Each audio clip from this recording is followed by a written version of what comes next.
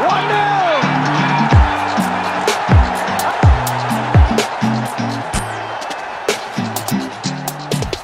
are you guys? Welcome back to the Barcelonas for our Wales preview and team predictions.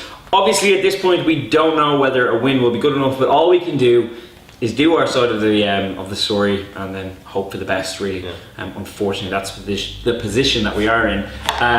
Maybe the other way. So Kevin, going forward, we're a point behind Wales, we're 2 points behind Serbia. We need to win to have any chance. Can we do it? Certainly I think we can. We've shown in the past when our backs are against the wall that we can really step up. We showed it last year against Italy in the Euros. We showed it 2 years ago today, the chain long stuck the ball in the back of the German net and they beat it. We can step up a game and win big games, and I think we certainly can do it tomorrow against Wales. Exactly. Wales are obviously without Gareth Bale. They're a very good side still on paper, though. They've got a lot of.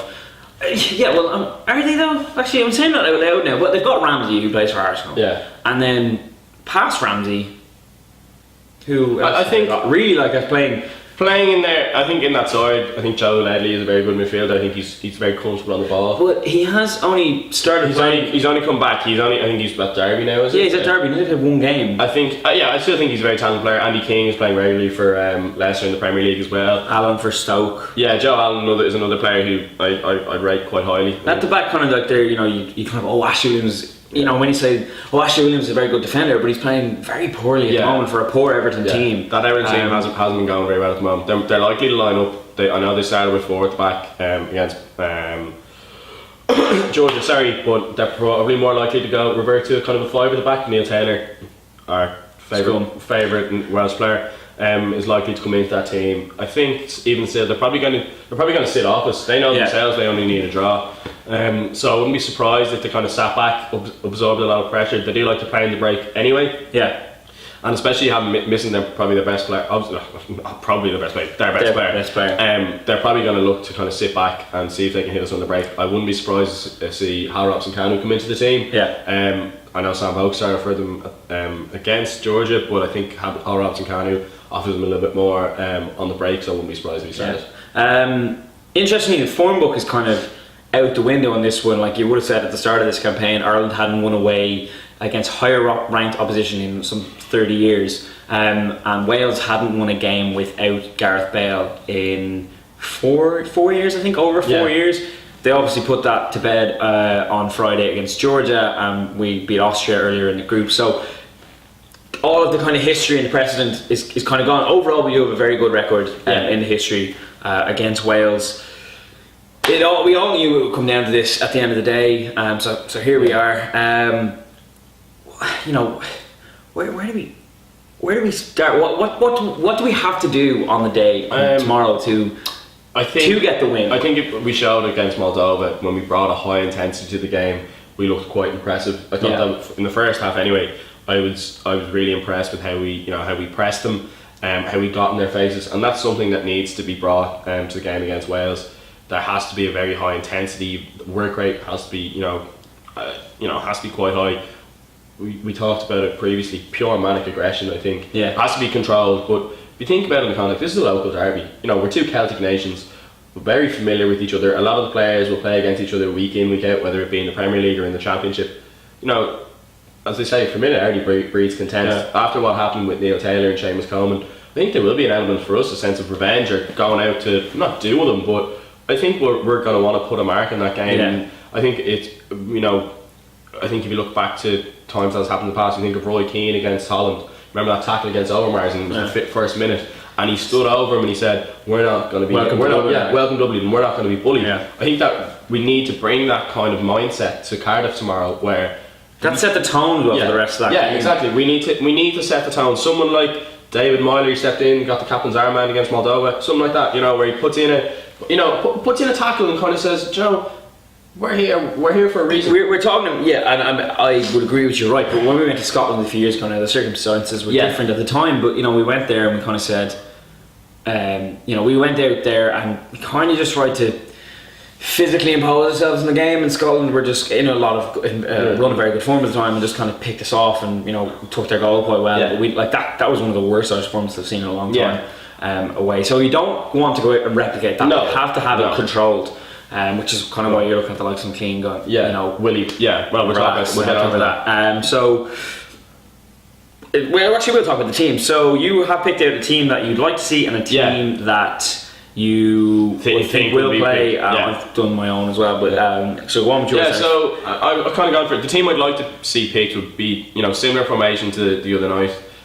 You know, a four at the back, then a diamond, and then two up top. So I've gone for similar enough back five, should I say. So Randolph in goal. Christie, I think he's unfortunately probably our only option at the moment at right back. I said in the post match review that I didn't really think he had a great game, but unfortunately I think he's our only option right there. I think Clark and Duffy should remain. I think they should remain in situ. They've kind of set themselves. They really. I think there are. You know, and I had a go at Duffy after the Austria game. I thought he was ahead of Chicken, but I think he's actually settling. I think playing in the Premier League is kind of I think that has helped him. Then my only change in the back four is that I'd probably bring in Robbie Brady for Stephen Ward. We talked again about Stephen Ward on Friday night. I thought we were probably a little bit harsh on him, as we previously said. But only after seeing the highlights. But I think in terms of fitting Robbie Brady into that team, I think the only place I could see him really getting in, or should be put in, is at left back to give us. We're going to need some kind of outlet. That's where our fullbacks. We're playing that kind of narrow formation. Our fullbacks are key.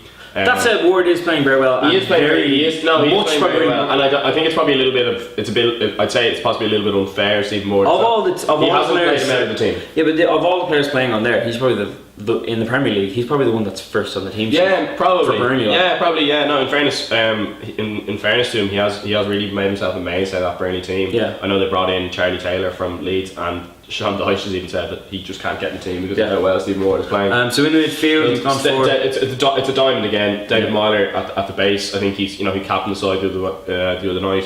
He acquitted himself very well. Definitely retained his place. Then kind of either side, Jeff Hendrick. I thought he came back into the team against Moldova after being suspended. Yeah. I thought I was injured. He was injured. I thought he had a good game. I think he allows us to keep the ball very well. He does make a few good runs forward, which I think is something we're certainly going to need. He's capable of having moments. We saw it against Georgia in moments of brilliance campaign. I think he really has. He can have the ability for bring out moments of brilliance. On the other side of the diamond, I'd like to see Harry Arter. I think Callum O'Dowda had a great game the other night, but I think I know Harry Arter isn't that experienced at international level, but I think his experience at Premier League level, playing against the like of, as we mentioned, Joe Allen, Andy King, Aaron Ramsey, Joe Ledley, I think will be invaluable. He's very comfortable on the ball. He's calm on the ball, but he's a box to box midfielder. Which is a rarity these days. It is kind of going out of fashion, but he's a player who can get up and down the pitch. He's scored plenty of goals for Bournemouth in his time there. He's really grown in his time there. I know FIFA's nothing to go by, but if you get the ball about 25 yards out of Harry Arter and shoot, it's 99% of the time going to win. So if you can translate that to tomorrow night, I think there was questions over his fitness, and he came on with about 15 minutes to go against Moldova, and I thought he probably is fit. I think Martin O'Neill's probably keeping him for the Wales game, and I think O'Dowda is unlucky to miss out. I think he could be a good option. So in front of at the top of the diamond, it has to be Wes. For me, I thought, I know yourself and Jay and Nick are always going on about Wes Hoolahan, and I am a fan of Wes Hoolahan. I don't think he's the Messiah. I don't think he's the Messiah either. I don't think he's the Messiah as you probably. He's just great on the ball. He's not the only player who actually makes things happen. He shows a lot of courage on the ball, and it was something I noticed through the night. He was constantly hassling and harrying the Moldovan back four. He's constantly in those little gaps as well. He was constantly those little pockets of space. O'Dowda had a shot in the first half against Moldova, and in the highlights, I think on RTE, it was on RTE. Or maybe it was on Sky, and I watched on Sky last night. And O'Dowda has a shot, and Houghton says on the co-commentary, he goes, just looking like if O'Dowda had been a bit more aware, there was a little ball on to Hoolahan, who kind of ghosted inside. So he always gets into those positions. You've also gone for two up front. I think, as I said, we need to take the game to Wales. I think we're at our best when we do try and play in the front foot and don't try to sit back. I obviously realise there has to be a sense of caution as well, but I think going to up front is the way to go. Darren Murphy for me has to stay in the team. He got 2 goals against Moldova. He's our most informed striker. He started really well against for Nottingham Forest in the Championship, and I think he's in a rich vein of form. Keep him in the team. Up front with them, I'm going with Shane Long. I know I probably eviscerated him after the Moldova game, but I thought, he does deserve his place in the team. He's shown over a number of years that he is quite a good asset to this team. He he's different. He's different to a lot of the strikers we have certainly available. I think in that he's similar. He's physically better on the ball. But his runs and his pace. Myself for a 34-year-old, it's quite. For a 30-year-old, I mean. Shane Long. Oh, sorry, Shane Long. I'm sorry. I was like, you're adding years to him. Sorry. No, and Murphy, yeah, he's different. He's big and he's big and strong, but he's good and well. I think with Shane Long, I'm keeping him in the team because he offers his pace, but something he didn't really offer the other night, but he is running the channels very well. And I think with someone like Murphy, he does need that kind of player with him who can drag defenders and give him kind of that kind of space in the box. To kind of take a few. So that's the team you want to see. I want to see. The team you think you will see. The team I expect to see is it's the same back five as against Moldova. So Ward's just in there. Yeah, Ward instead backing that back. Yeah, backing that left back. Then I think it'll be a 4-2-3-1. So the two I think will be David Miner and Harry Archer. And Harry Archer's the other one. And then I think that three, I think it's going to be Hendrick is going to play out wide right. Martin O'Neill seems to favour him in that kind of position. Wide left, I think he's going to bring in James McLean. Now McLean's probably been our most informed player throughout the entirety of the qualification. It's his temperament that you kind of. I question. He has to keep it under control in a big game like this because it's a type of game that we saw in Dublin. You know, Neil Taylor got sent off. Whelan could have been sent off. Gareth Bale should have been sent off. You don't want to get the better of him. He needs to be able to. When I talked about pure manic aggression, but it means that it needs to be managed. I think sometimes and that's for kind of the likes of Martin O'Neill and stuff. Yeah, because I know that if I was one of the Welsh boys and saw him clean, I'm just going to wind him up. And I think someone, especially if he's playing wide left, he'll be marking Chris Gunter, who's I think he is close to becoming the most capped Welshman of all time. I think he might already be. He's very experienced. Yeah, he'll know he'll try and get under McLean's skin. And I think that I think O'Neill will pick him. Yeah. And I just hope he can keep his head screwed on. And we saw against Serbia where he was dropping really deep and he was trying to make things happen. Trying to, or Stephen Hunt said it in the paper that he's trying too hard to be Mr. Ireland.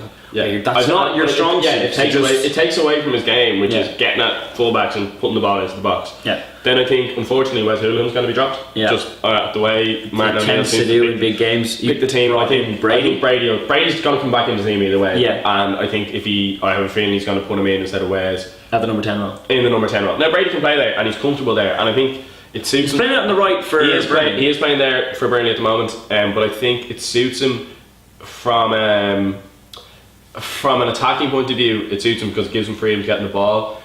It also suits us in a way that, no disservice to Robbie Brady, his strong point isn't necessarily defending. Yeah. And I think sometimes if he plays in a slightly deeper role in midfield, he gets a bit he does get caught out at times with guys getting the other side of him from a defensive point of view. So I think putting him in that number 10 role gives him a bit more freedom to kind of express himself, getting the ball, getting into little pockets of space. And I think I would feel Martin O'Neill will pick him there. And you've dropped Long up front and gone for Murphy. Yeah, I think Long has one goal in 42 games for club and country, so you do have to kind of say, all we need is goals. He hasn't scored. Now, tomorrow will be the 1 year anniversary of his last goal for Ireland. So I think in fairness to Shane Long, he's been a stalwart to this Irish team, but just unfortunately his form isn't. He can't keep getting into it.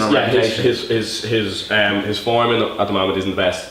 So I think Darren Murphy, as I previously touched on, rich main form. I think he should be in situ, or he will be in situ. The team that I would like to, I think the team we've picked out second one's the most likely team. The team that I would like to see is the same back five: Randolph, Christie, Duffy, Clark, and Ward.